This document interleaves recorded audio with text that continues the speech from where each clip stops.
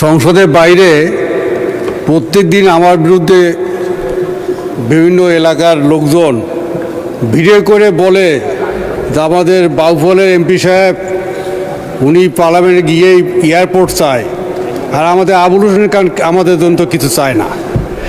তা আমি এতদিন কথা বলেই সুযোগ পাই নাই, আজকে হঠাৎ করে সুযোগ পেলাম, এই জন্য আপনাকে ধন্যবাদ জানাচ্ছি। মাননীয় স্পিকার, রাজনীতি করি প্রায় 54 বছর, বিএনপি করি 34 বছর, 71-এর মুক্তিযোদ্ধা ছিলাম। আমি এর দীর্ঘ 54 বছরের অভিজ্ঞতায় আমি আজ পর্যন্ত স্বাধীনতা 71 সনের পর থেকে আজ পর্যন্ত দেশের স্বাধীনতার যে ইতিহাস বা আমাদের যে সমস্ত ব্যক্তিদের স্বাধীনতা 52, 62, 66, 69, 70, 71 মুক্তিযুদ্ধ, এবারে 7ই নভেম্বর, এরশাদ পতন, সর্বশেষ আমাদের জুলাই আন্দোলন, এই আন্দোলনগুলো যে সমস্ত মানুষের যে ভূমিকা ছিল, এই ভূমিকা নিয়ে একটি সত্য ইতিহাস আমাদের জাতি কিন্তু এখনও জানে না। আমাদের যে প্রজন্ম, এই প্রজন্ম একটা ভুল অসত্য ইতিহাস নিয়েই কিন্তু তারা বড় হয়েছে। আজকে এই সংসদে আমি মাননীয় প্রধানমন্ত্রী এবং সহ সমস্ত যারা উপস্থিত আছেন সবার পক্ষ থেকে আমার একটা অনুরোধ, সেটা হলো আগামী প্রজন্ম যেন একটা সত্য ইতিহাস জানতে পারে। বাংলাদেশের রাজনৈতিক দল তো বেশি ছিল না, ছিল আওয়ামী লীগ, ছিল জামাত ইসলাম, ছিল স্বাধীনতার পরে জাসদ নামে একটি দল হয়েছিল, আর ছোটোখাটো যে দলগুলো ছিল সে দলগুলো এখন বিলীন হয়ে গেছে, জাসদও বিলীন হয়ে গেছে। আমরা কোন রাজনৈতিক দলের কী ভূমিকা আমরা জানি, এবং ব্যক্তিগতভাবে এই 70 সনের পর থেকে 71 সনের পর থেকে বাংলাদেশে এমন কোনো রাজনৈতিক পট পরিবর্তন ঘটে নাই যেখানে একজন কর্মী হিসাবে আমি রাজপথে ছিলাম না। সেই 73 সন থেকেই এই জেল খাটতে খাটতেই এই জুলাই আন্দোলনের এই সর্বশেষ তিনবার জেলে গিয়েছি। অনএলমের সময় আমাকে 7 বছর জেল দেওয়া হয়েছে। 7ই নভেম্বর তারিখেও আমি রাজপথে ছিলাম। আমার বক্তব্য হলো, আমরা জুলাই আন্দোলনের সনদে বিএনপি স্বাক্ষর করেছে, ইতিমধ্যে বিলও পাস হয়েছে। আমি এই জন্য ধন্যবাদ জানাচ্ছি। যারা শহীদ হয়েছেন, তারা আহত হয়েছেন, তাদের জন্য সরকার সব ধরনের ব্যবস্থা করবে। কিন্তু 71 সনের মুক্তিযুদ্ধে কত লোক শহীদ হয়েছেন এই তালিকাটা আমাদের কাছে নাই। আমি অনুগ্রহ করে এই মুক্তিযোদ্ধা মন্ত্রীর কাছে আবেদন জানাচ্ছি, আমাদের দলের প্রধানমন্ত্রীর কাছে আবেদন জানাচ্ছি, অনুগ্রহ করে 71 সনের মুক্তিযুদ্ধে কত লোক শহীদ হয়েছেন অনুগ্রহ একটা তালিকা করেন। সেই 71 মুক্তিযুদ্ধের সময় কোন দলে কি ভূমিকা ছিল, এই ভূমিকাটাও আমাদের জামাত ইসলামের যে আমির, উনি রাজশাহী মেডিকেল কলেজ ছাত্র ছিলেন, উনি তখন জামাত করতেন না। জামাতের যে কজন মুক্তিযোদ্ধা আছেন এরাও কিন্তু তখন কেউ জামাত করতেন না, তারা জামাতে পড়ে গেছেন। ধন্যবাদ মাননীয় সদস্য। আচ্ছা, 1 মিনিট বাড়ানো হলো। অনুরোধ জানাচ্ছি 5 মিনিট সময় দেন। 5 মিনিট,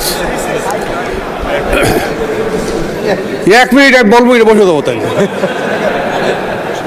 আমি অনুরোধ জানাচ্ছি, আমরা এখন বাংলাদেশের স্বাধীনতার 54 বছর পরে আজকে সংসদে এসে আমরা অন্তপক্ষে আমাদের কি গুণগত কোনো পরিবর্তন আসবে না? আমাদের মানসিক যে একটা সমস্যা, একে অপরের দোষ চাপানোর যে একটা আমাদের টেন্ডেন্সি, এই এখন মুক্তিযুদ্ধে তখনকার মুক্তিযুদ্ধের রাজনৈতিক নেতৃত্ব দেশের স্বাধীনতার ঘোষণা দিতে সাহস পায় নাই। তার বিরুদ্ধে একটা রাষ্ট্রদ্রোহী মামলা হবে এই ধরনের ঘোষণা দেন নাই। আবার সেই ঘোষণা দিলেন বাংলাদেশে একজন সেনার মেজর একজন, তিনি স্বাধীনতা ঘোষণা দিয়ে মুক্তিযুদ্ধে ত্বরান্বিত করলেন। স্বাধীনতা পরে আওয়ামী লীগ যখন 3.5 বছর মাথায় গণতন্ত্র হত্যা করলো, 15ই আগস্ট হলো, 3রা নভেম্বর হলো। আমরা উত্তরাঞ্চলের যারা বাসিন্দারা আছি, আমরা নানা দিক দিয়ে ভোগান্তির মধ্যে আছি, বৈষম্যের শিকার হয়ে আছি। গোটা বাংলাদেশের মধ্যে উত্তরাঞ্চল নানা দিক দিয়ে পিছিয়ে আছে। আমরা যারা গোটা রংপুর বিভাগের বাসিন্দারা আছি এবং বগুড়ার যারা আছেন, তারা যদি ঢাকার সঙ্গে যোগাযোগটা করতে চান রেলপথে, তাহলে তাদেরকে অতিরিক্ত প্রায় 120 কিলোমিটার এবং 4 ঘন্টা অতিরিক্ত সময় তাদেরকে রেলের মধ্যে থাকতে হয়। মাননীয় স্পিকার, আমরা যদি ঢাকা থেকে উত্তরবঙ্গের দিকে রওনা করি, তাহলে সিরাজগঞ্জ থেকে বগুড়া পর্যন্ত আমরা সরাসরি যেতে পারি না। আমাদেরকে বগুড়াও যদি যেতে হয়, তাহলে নওগাঁ, নাটোর, পাবনা 3 জেলা ঘুরে এসে তারপরে আমাদেরকে বগুড়ায় যেতে হয়। এবং এই কারণে যেখানে এখন ঢাকা থেকে বগুড়ার রেলপথের দূরত্ব প্রায় 400 কিলোমিটারের কাছাকাছি, যদি বগুড়া থেকে সিরাজগঞ্জ পর্যন্ত একটা টানা রেল লাইন থাকতো, তাহলে এই দূরত্ব প্রায় 120 কিলোমিটার কমে আসতো। এই দূরত্ব হয়ে দাঁড়াতো তখন 280 কিলোমিটারের কাছাকাছি। এটা আমরা যারা রংপুরের বাসিন্দা আছি তাদের জন্য একই রকমের সত্য।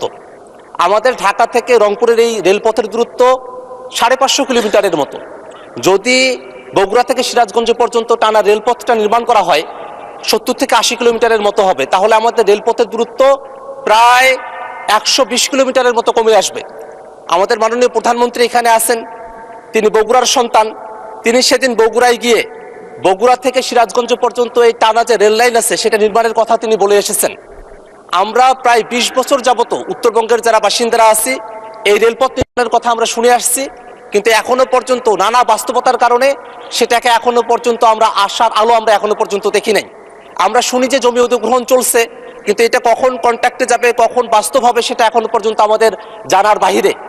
যদি উত্তরাঞ্চলের যারা বাসিন্দারা আমরা আছি, রংপুর, গাইবান্ধা, লালমনিরহাট, কুড়িগ্রাম, এই জেলাগুলো, পাশাপাশি দিনাজপুর, ঠাকুরগাঁও, পঞ্চগড়, নীলফামারী, জয়পুরহাট, বগুড়া, পুরো যে অঞ্চলটা আছে উত্তরাঞ্চল, এই উত্তরাঞ্চলের কোটি কোটি মানুষেরা, লাখো লাখো মানুষ যাদেরকে ঢাকা আসা যাওয়া করতে হয়, তারা যদি এই রেলপথ নির্মাণটা করা হয় বগুড়া থেকে সিরাজগঞ্জ পর্যন্ত, তাহলে তারা অনেক ভোগান্তি থেকে তারা রেহাই পাবে।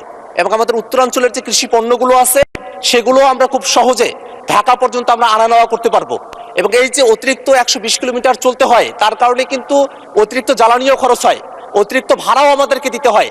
আমাদের ভাড়া কমে আসতো, দূরত্ব কমে আসতো, আমাদের সময় কমে আসতো। এই কারণে আমি মাননীয় মন্ত্রীর কাছে আহ্বান রাখবো, আমার যে উপজেলা 2টি আছে, কাউনী এবং পীরগাছা, এখানে 2টি রেল স্টেশন রয়েছে, সেগুলোকে আধুনিকায়ন করে বগুড়া থেকে সিরাজগঞ্জ পর্যন্ত সরাসরি রেলপথ নির্মাণ করা হোক।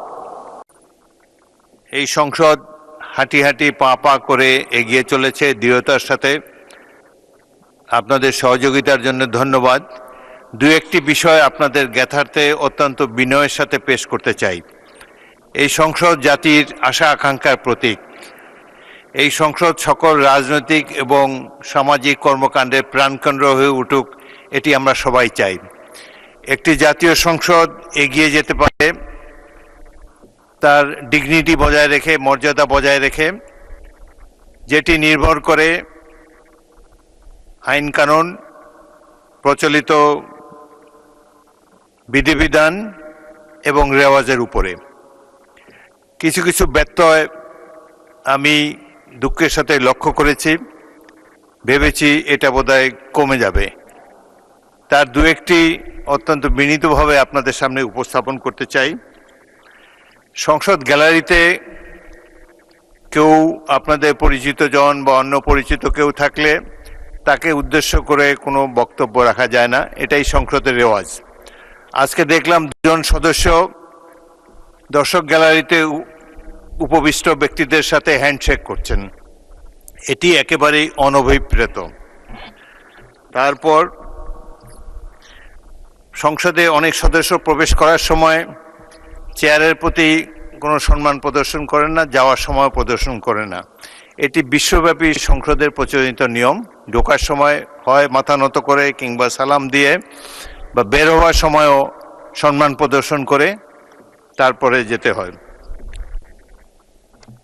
পরবর্তী স্পিকার এবং বক্তা যখন সংসদ চলে, এই মধ্যবর্তী অঞ্চল দিয়ে ক্রস করাটা সঠিক নয়, কিন্তু এটি আমি হামেশা লক্ষ্য করতে পারছি। অনেক সদস্য সংসদে টেলিফোনে কথাবার্তা বলেন, কেউ কেউ আবার এটিকে টেলিফোনটিকে এইভাবে ঢেকে কথা বলেন। টেলিফোনে বাক্যালাপ সংসদে করার কোনো রেওয়াজ নাই। আপনাদের টেলিফোনটা দয়া করে মিউট করে রাখবেন।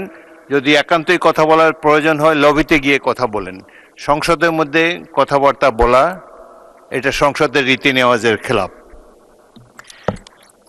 এছাড়াও সংসদে ইতিমধ্যে একজনকে পানাহারেরত অবস্থায় দেখতে পাচ্ছি। সংসদে খাওয়া দাওয়া পানাহারের কোনো বিধান নেই। তো আমরা আশা করব, এই কথাগুলো বলতে আমার খারাপ লাগছে, কিন্তু অতীতে যে কয়টি সংসদ দেখেছি সেখানে এই ধরনের জিনিস ছিল না। তো আমাদেরকে এই সংসদের ট্র্যাডিশন বজায় রাখা আমাদের সকলেরই কর্তব্য। সংসদের মর্যাদা ক্ষুণ্ণ হয় এ ধরনের কোনো কিছু করা আমাদের পক্ষে অনুচিত। পয়েন্ট অফ অর্ডার অনেকেই রেজ করতে চান। পয়েন্ট অফ অর্ডার রেজ করার জন্য প্রকৃষ্ট সময় হলো যখন প্রশ্নোত্তর পর্ব শেষ হবে, তখন আপনারা খুব জরুরি হলে তখন দাঁড়াতে হবে, দাঁড়িয়ে বলবেন যে পয়েন্ট অফ অর্ডার, সাথে কোন বিধিতে সে বিধিটাও কোট করবেন। এইভাবে অতীতের সংসদগুলো এভাবেই চলে এসেছে। সুতরাং আশা করব যারা নতুন সংসদে এসেছেন, অধিকাংশই নতুন, রুলস অফ প্রসিডিওর বইটা ভালোভাবে পড়ে ইকুইপড হয়ে তারপরে দাঁড়াবেন, তাহলে আপনাদের জন্য সহজ হবে, আমাদের জন্য কোনো আনপ্লেজেন্ট কথা বলতে হয় না। মাননীয় সদস্যবৃন্দ, আপনাদের সবাইকে এই কথা মনোযোগ দিয়ে শোনার জন্য ধন্যবাদ জানাচ্ছি।